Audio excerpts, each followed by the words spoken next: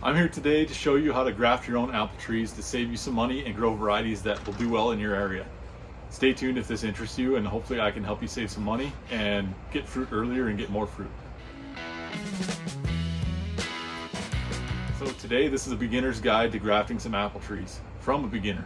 Use time codes to skip ahead if you want to see certain parts of the process, because it should be pretty extensive and show you the whole process. This is what I spent all winter basically researching and preparing for, to try to graft our own apple trees, because we're sick of having subpar trees and try to get fruit faster and fruit that we like. One question you might ask is, why would I graft my own trees? And the big thing for me was, we bought a whole bunch of bare root trees that were about $50 a piece.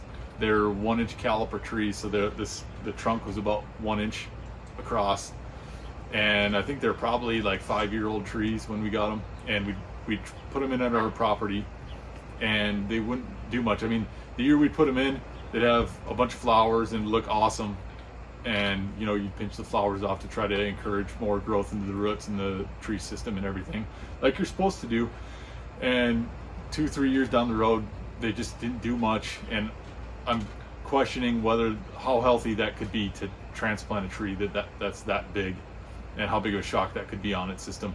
So to try to eliminate that and also save myself some money, and also know what I'm getting, because I never knew what I was getting besides just a semi-dwarf rootstock and whatever cultivar was growing on the top, I decided to research all that, and turns out you can get really cheap trees if you learn how to do this yourself and get what you want. The reason we're using these dwarfing rootstocks, and the rootstocks that I'm using, is they're specifically selected to be cold hardy and good for growing in northern conditions like we have. Another reason why I decided to graft my own trees is, here in Montana we have very unfavorable conditions for growing fruit.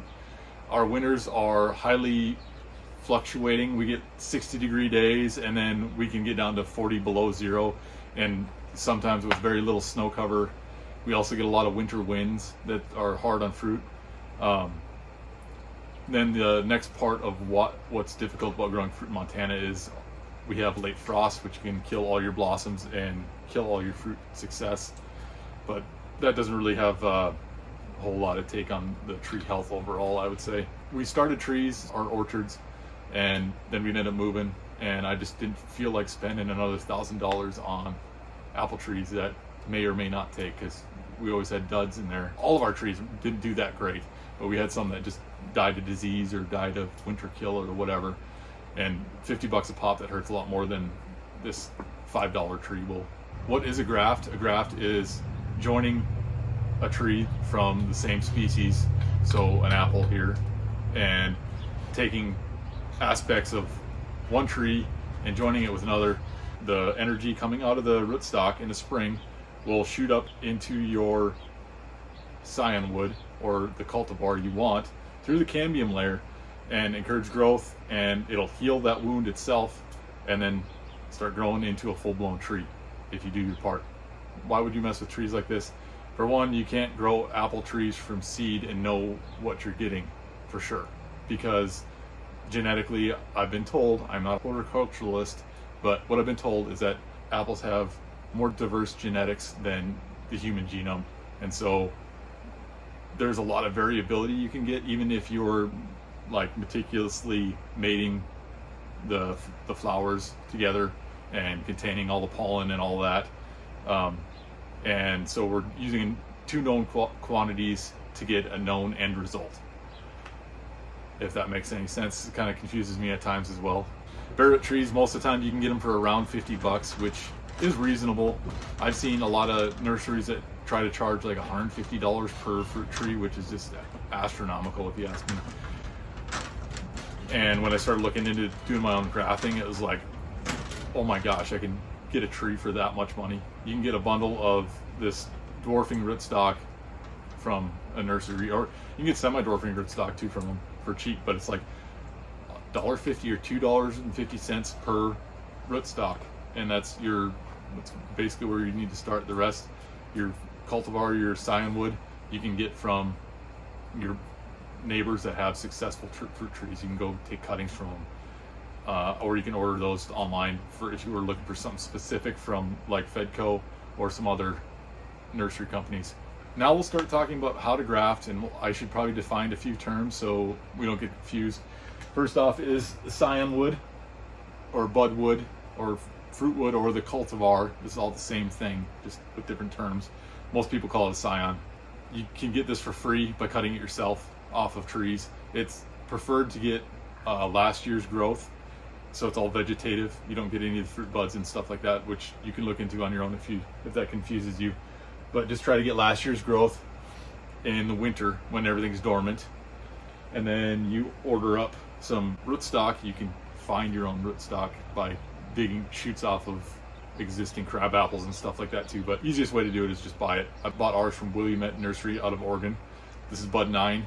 For this purpose, I really wanted to know what I was getting, and so that's why I did a lot of research and talked to a bunch of experts on it, and they pointed me towards bud 9 for our rootstock choice.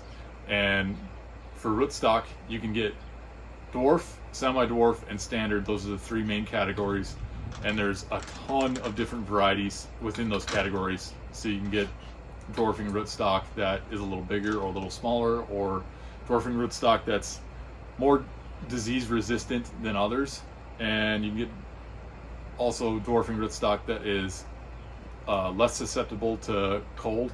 And that was kind of one of the main driving factors with me, is trying to get something that was cold hardy and would survive the winters here. There's a lot of other varieties of rootstock that look good, but they weren't going to survive the winters here, so we didn't go for that. Another term you might hear me use is callusing between the Scion wood and the rootstock. It just shows that the wound has healed and calloused over, and so the tree has healed itself and is starting to grow. Equipment, some things that you're going to need to start doing this, bare bones, and I recommend this, is just a grafting knife. You can buy them for cheap, and I've heard from experts that having a single bevel on your grafting knife is important. So look for a single beveled edge grafting knife. I bought a cheap one from some grower supply. I did a few grafts and the blade was all chipped up, and so the steel was very poor quality. My father-in-law was nice enough to forge up a mimic out of good steel and made a really nice looking fixed blade grafting knife. Fixed blade, so it doesn't move and close on you, so when you go to pull the knife out of the cuts you're making, it doesn't start closing. Having an extremely sharp knife is very important to make nice clean cuts, so everything joins up nice and tight. Some way of identifying your trees is important to let you know what kind of tree you're expecting on this, to keep track of everything. I label the rootstock and the Scion on every tag. These tags are cheap, $5 or something, and you got a pile of them in here, and we got them on Amazon. They hold up pretty well to weather and everything. Grafting tape, I got this from Drip Depot. It's like $2.50 for a 100-yard roll, and so I think you can get a lot of grafting done with it. And from the little bit I've done, it sure seems nice. I bought this gadget. It is a grafting tool, and I saw it on YouTube videos, and I thought, you know, for a beginner, that might be really handy. And after I've done a few grafts, this is not the way to go. Just get a knife and do the cuts yourself. They seem to be taking much better and simple enough to use. I did a few grafts earlier this year, and the only graft I didn't have for sure take was one that I use this tool on. You got to get the sizes exactly right, and you know, if you wanted to use it, you could, and it probably would work, but that knife is simpler and easier and faster. And this is just my beginner experience, is recommending to use that knife. A marker to make your labels, and today I don't have anything to cover my trees. You need to cover the ends of the tips of your Scion to keep them from drying out. They make special grafting wax or sealant, and they won't ship it in the winter because they're worried about it freezing.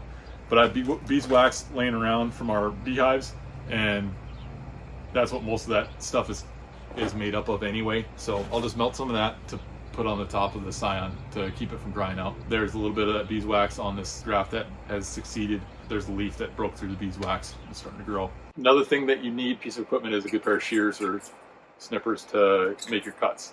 Cut your your rootstock to the desired thickness and your scion wood. So I mentioned earlier about rootstocks, about dwarf, semi-dwarf, and standard, and dwarf is your smallest, and that's what all the commercial apple orchards are growing in for the most part. They do high density plantings, and they do that supposedly because you get fruit faster. And there, I did a lot of online research, just reading forums and whatnot, and some people say that standard trees are better for backyards and for getting fruit and all that stuff. The jury's kind of out on that, but I look at those commercial orchards and think they probably have a lot more money invested in this and know what they're talking about. I've done a lot more research, so I'm just going to mimic what they do to the best of my ability. And so that's why I went with the dwarfing rootstock, and I talked to our local extension agents, and I talked to Montana State University.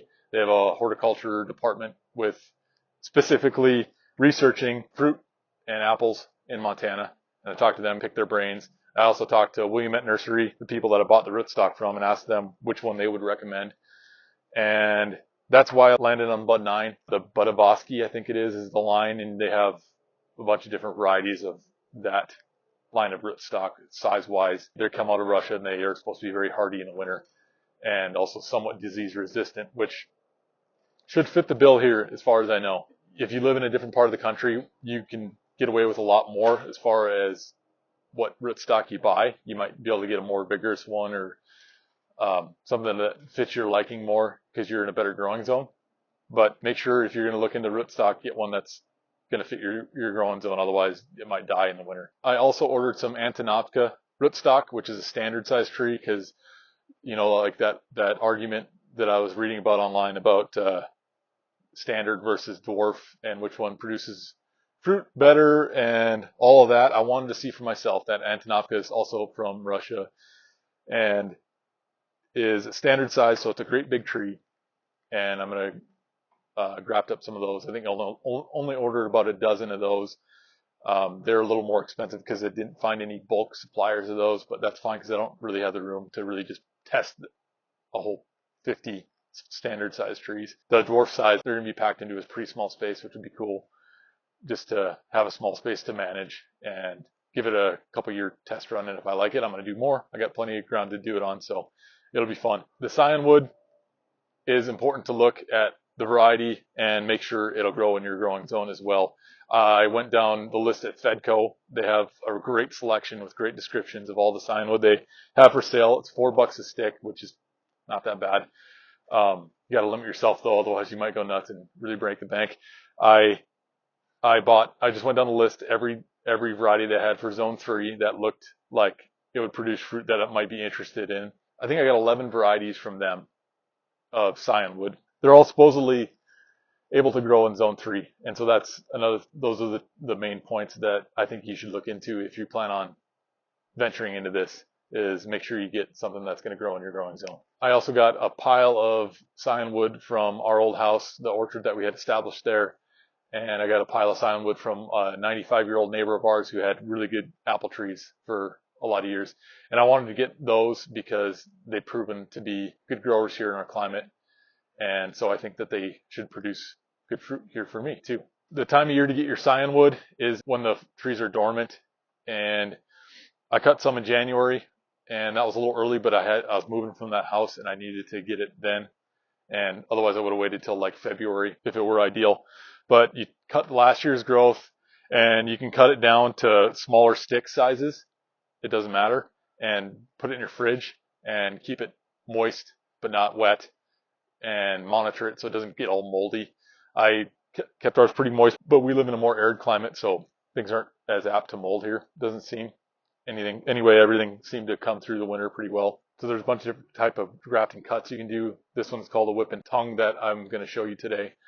There's all sorts of different types of grafts for different situations, like you're grafting little sticks onto a bigger trunk and all that. And there's a whole bunch of different scenarios like that you can make things work on. This is by no means the beginning or end of how to graft a tree. There's all sorts of different ways to do it. Okay, well, the next thing I'll show is just how to do a simple whip and tongue graft. What you need to do is match up your rootstock and your Scion, match up the size, so that will make everything easier and more likely to take. You can do it on different size wood for sure, but it's easier for a beginner like me to get something to go doing that. And you're gonna want to cut your ends off because they're all dried out anyway. So see here. And you don't want to, you got all these vegetative buds on here and you don't want to really be grafting right on a bud. So I think if I cut it right under this, there's a bud here. You want to look for a straight section of wood too, like this. You can see that straight section of wood to make your cuts on. So we'll cut that off. And when you're doing this, you want to be doing it in a cool and shaded place, preferably. Keep your roots moist. And I soaked my Scion wood in some water while I was preparing. So I matched that up with this Scion, and there's a bud there and a nice straight section of wood here that matches up with that other stuff. So that's where I'm going to cut it. And that end is all dried out from being in the fridge for winter. And you can see that nice green cambium layer. That's the important part that will make the graft possible. Most of the time they sell this stuff in 1/4 inch size, and it kind of varies, so it's nice to have a bunch of different Scions to work with. People that I've listened to on YouTube and stuff say that you should probably have 2 or 3 buds per whip and tongue graft like this that you're doing just on a rootstock, and then you're going to pinch it down to just 1 liter when it gets growing. I have a questionable bud here that doesn't look like it's doing all that well. I'm going to cut it right here. I know that's probably longer than it needs to be for sure, but there's some buds that don't look all that healthy on there. I'm gonna start cutting this one first just to see how it goes, and if I mess it up I can just move up the Scion or take another piece and start over. You want your cuts to be about, I don't know, an inch, inch and a half long.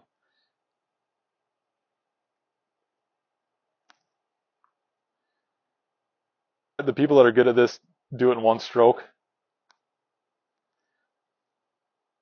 And you want your final cut edge to be pretty thin on the end.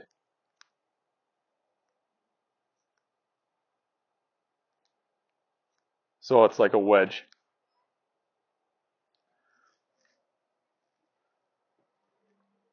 That seems okay to me. I don't know. I'm a beginner and it's worked before. So I made some that were not as thin on the end here, pointy on the end, and the grafts weren't, they worked, but they weren't ideal. I would like to have done them better. So I'm going to go back to my rootstock now and try to match that up. You can look at your Scion and see how long you made that cut, and then kind of mark it just so you know how long to make this cut to make it match up almost as perfectly as you can.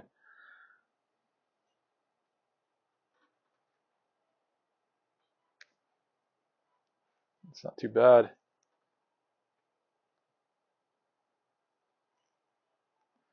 So that's all right.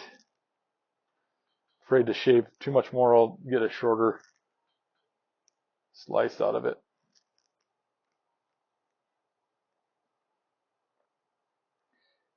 And you want a really straight edge, which will make matching it up much easier. You don't want any gaps in between the 2 chunks of wood. That's kind of the important part. So from there, you go about 1/3 of the way down the cut, and you start in and just have a nice sharp knife. And you guys might get to see me cut myself here because I am a rookie. And just rock the knife.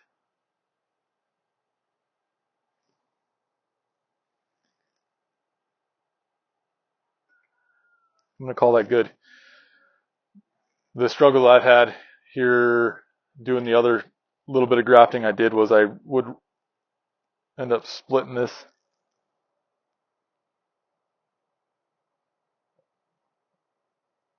down further than I wanted to. I started about a third of the way down the cut and then rocked the knife straight down to make the tongue. That's called the tongue cut. I'm going to do the same to this one now.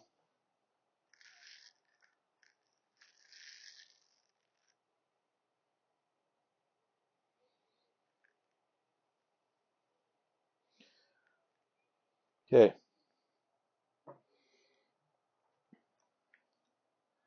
So we'll see. I don't know if I did it enough, but you can see that nice green cambium layer on both of these guys. And then you just kind of slide them in. Pressure them in there, just like that. And shake it. Doesn't come off. From what I heard, that's a good test to see if your grafts are going to work or not. I did 8 the other day and I had 7 out of 8 take. And the only one that didn't take was the one that I did with that tool, and I don't think I lined up the cambium layers that well. Take your parafilm or grafting tape. You can use electrical tape even if you're in a pinch, from what I've heard. This is all new to me, so I'm just telling you what I've heard. And just wrap it. Very, very important to wrap it tight, from what I was told and researched. So whatever you wrap it with, make sure it has some stretch to it so you can wrap it nice and tight.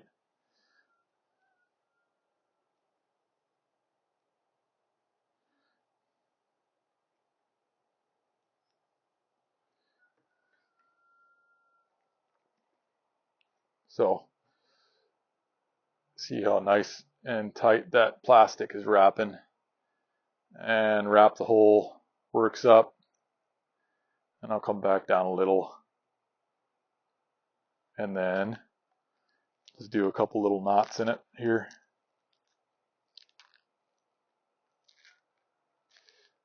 I know they make stuff that's supposed to be like self-adhesive, but for $2.50 a roll, I can get a lot of grafting done with this stuff. And if it works, it works. Why would I complain? All about saving money on this project. So if I can do 100 trees for $5, I'll be happy. There's a grafted tree, and from my limited experience, I about guarantee you that one will take. And I did cut myself a little bit, so that's fun. So next, I'll just stick it in a little pot, just like this guy. And then I'll put some beeswax or some sort of sealant here over the tip to keep that Scion from drying out. Preferably grafting seal would be better with it, but like I said, I couldn't get them to ship it because it'd freeze, which makes sense. I'm glad they're protecting me from myself, because that stuff is expensive. So today I can do this in my greenhouse because it's about 55 degrees in here and cloudy, and shouldn't be too big of a shock to this rootstock at all. I wouldn't be doing it out in the yard in the full sun or anything like that. Last step to this, I'd seal this and label it. And this came from my neighbor Bud's, and he didn't know what it was. So I'm going to put a question mark by it. Okay. And I put the rootstock on there so I know what it is. And for the aftercare, what I did, I was really anxious. I've been researching this all winter. I was super excited and gung-ho and wanted to make sure, like, I wanted to see how good I could make these grafts go, and if it was actually going to work out. I kind of expected like 2 out of 50 to take and have a massive failure or something, and I wouldn't have been that surprised or disappointed. It wasn't kind of intimidating, and I didn't think it would work as well as it has so far. What I did was I grafted up a few just the other week, about a week ago, and put them in pots, put them in the greenhouse, and I'm going to keep them in these pots in the greenhouse until end of May, when we have no more frost. If you get them all growing and then you put them outside and you get a hard frost like 20 degrees for a time or two after they've leafed out, it'll confuse them and kill them. And so I wouldn't do that. I think I'm going to do a whole wad like my 50. I'm going to put them in a big pot with potting soil, leave them in my garage, which will be like 40 or 50 degrees, probably pretty constant from now until when I can plant them safely without worrying about a big hard frost. And then I'll plant them out in my orchard space. Some people plant them in like garden spaces and let them grow out a year and then transplant them, but I'm going to try to avoid doing any transplant shock to these as much as possible. We'll see. After grafting this first round, I put them in a pot, put them in the greenhouse, and it was nice and warm in here, obviously. And it took about 5 days for me to notice that the grafts were callusing over or healing, meaning that the graft should be taking. And you can see here on this one, you may be able to see, it's got some little leaves budding out. But I heard, if you put them out, graft them and put them outside, it can take 2 weeks at least to see that there's any callusing. It just depends on your weather and your conditions. If you're in a really rainy area, you might want to paint this all with grafting sealant to keep water from getting in your graft cuts and ruining that. Another really important thing is make sure you don't bump these grafts. Don't put them in a place where they're going to get bumped or, knocked out of place, because that is another thing. Like, not like that. Like a really good bump, or they're really planted and you knock them. So that's a big no-no to look out for. So the reason I'm going to put these in a pot and put them in the garage in a cool place for now is so I can get all this grafting done. The trees will start to callus and heal.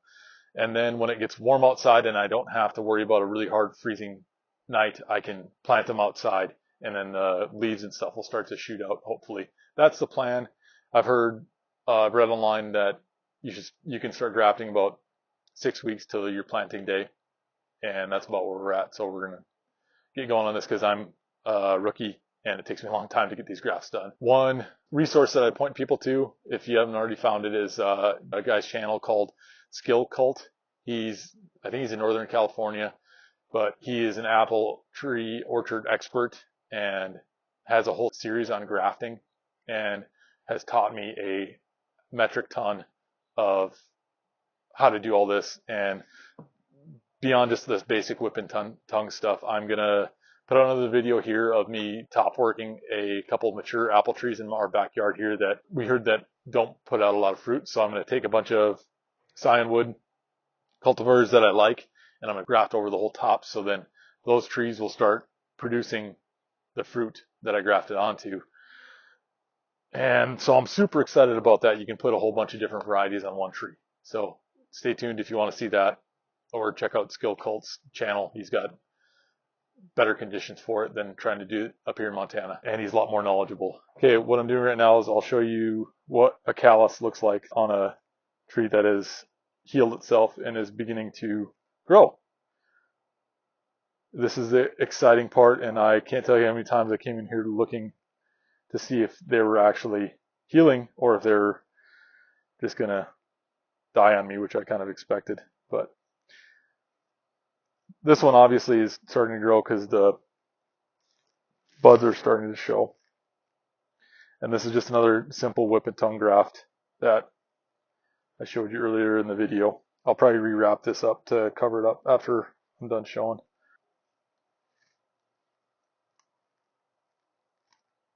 There it is. So you can see right here where the two different types of wood have joined and have actually calloused and healed. And that'll get even more obvious and protrude more as the tree continues to grow. So there's a top leaf bud that poked through the beeswax that I covered the tip up with. Here's some other buds that are coming up. And then here's some other buds on the rootstock that I flicked off with my fingernail to try to inhibit their growth and keep them from sucking energy away from my plant, my tree. So pretty exciting stuff. Can't be more excited about it. This is a Whitney crab on bud 9. Whitney crabs are very sweet and delicious, and I should be having fruit within 3 years, they say. I got 50 bud 9 rootstocks that I'm grafting in, and then I'm going to put those all in a high density system. And I have about a dozen-ish Antonofka full-size standard trees, the big trees that I'm going to plant out too. And we'll have a little test to see which one does better on our property here. And I'll put probably some of the same varieties on both. So we'll have an even test. It'll be interesting. Stay tuned if you want to see that. So I'm just going to cover this back up and hopefully not botch it. Easier to do when they're horizontal in your hand, and I'm not stretching it as much as I did originally. I think it's probably fine as long as I cover everything up. What we hope to gain out of this project is we get trees that are more adapted to our climate and varieties that are better for our climate. And another big factor is how cheap this project will be compared to starting an orchard by buying bare root trees from a nursery. I'm going to get at least 5 times as many trees for the same price, at least. So that's a huge motivating factor. Plus, just learning how to do this is pretty dang cool, and it's been addictive and I really enjoy it, and I'm excited to get to do more of it. I hope that you got something out of this, and I hope maybe you learned something and go ahead and start grafting your own trees and save yourself some money, because it's pretty cool and exciting. Thanks for watching. If you would like to see more of this, we're going to put more short videos out. Try not to do the whole encompassing process of it, and a video of me top working some trees. And if you really like this kind of stuff, please like and subscribe to our channel. Thanks so much for watching, and I'll keep you posted on how these apple trees do. Bye.